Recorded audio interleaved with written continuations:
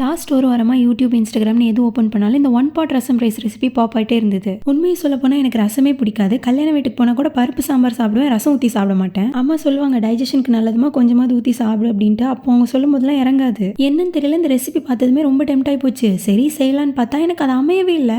நான் எப்போவுமே காலேஜ் போயிட்டு வந்து தான் குக் பண்ணுறது, வீடியோ ஷூட் பண்ணுறதுலாம் பண்ணுவேன். பிரேக்ஃபாஸ்ட் லஞ்சு மம்மி பண்ணி கொடுத்துருவாங்க. நைட்டுக்கு வந்து நான் ரைஸ் எடுக்க மாட்டேனா, அதனால சாட்டர்டே என்னைக்காச்சும் வீட்டில் இருக்கும்போது லஞ்சுக்கு பண்ணிக்கலாம் அப்படின்னு சொல்லி நான் அதை ஸ்கிப் பண்ணி போயிட்டே இருந்தேன். அன்னைக்கு என்ன நினைச்சேன்னு தெரியல, நல்லா மண்டை காஞ்சி போச்சு. முந்தின நாள் வேற நான்வெஜ் சாப்பிட்டேன்னா ரொம்ப ஹெவியாக இருந்தது. இன்னைக்கு எனக்கு ரச சாதம் சாப்பிட்டே ஆகணும் அப்படின்னு சொல்லிட்டு காலேஜ் விட்டு வந்தது சமைக்க ஆரம்பிச்சிட்டேன். இந்த மசாலாலாம் அரைச்சிக்கிட்டு இருக்கும்போதே எங்கள் அத்தை ஃபோன் பண்ணாங்க, கோல்டு கஃப்லாம் பரவாயில்லையா அப்படின்னு கேட்கறதுக்கு. பாசக்கார அத்தை ஃபோன் பண்ணிலாம் நல்லா விசாரிக்கிறாங்க. 10 ஊர் தள்ளி இருக்காங்கன்னு நினைக்க வேண்டாம், பக்கத்து தெருவில் தான் இருக்காங்க. ஆனால் நாங்கள் அப்படி தான் சண்டே மீட் பண்ணிப்போம். நான் டெய்லி ஃபோன் பண்ணிடுவாங்க. அம்மா ஃபோனில் பேசிக்கிட்டு இருந்தாங்களா, எனக்கு வீடியோ ஷூட் பண்ண முடியல. அந்த கேப்பில் நான் இதுக்கு சைட் டிஷ்ஷாக பொட்டேட்டோ ஃப்ரை பண்ணிட்டேன். அப்புறம் இந்த டிஷ்ஷுக்கு எதுக்கு ஒன் பாட் ரசம் ரைஸ்னு பேர் வச்சாங்கன்னு தெரியல. எனக்கு புரியுது, இந்த புளி கரைச்சி ஊற்றுறது, இந்த மசாலாலாம் அரைச்சி போடுறது, இது எல்லாமே ரசத்துக்கு போடுற ப்ரொசீஜர் தான். ஆனால் இதுக்கு பேர் மட்டும்தான் ஒன் பாட் ரசம் ரைஸ். பார்க்கறதுக்கு சாம்பார் சாதமாக இருக்கா, டேஸ்ட் பண்ணி பார்த்தா புளி சாதம் மாதிரி இருக்கு.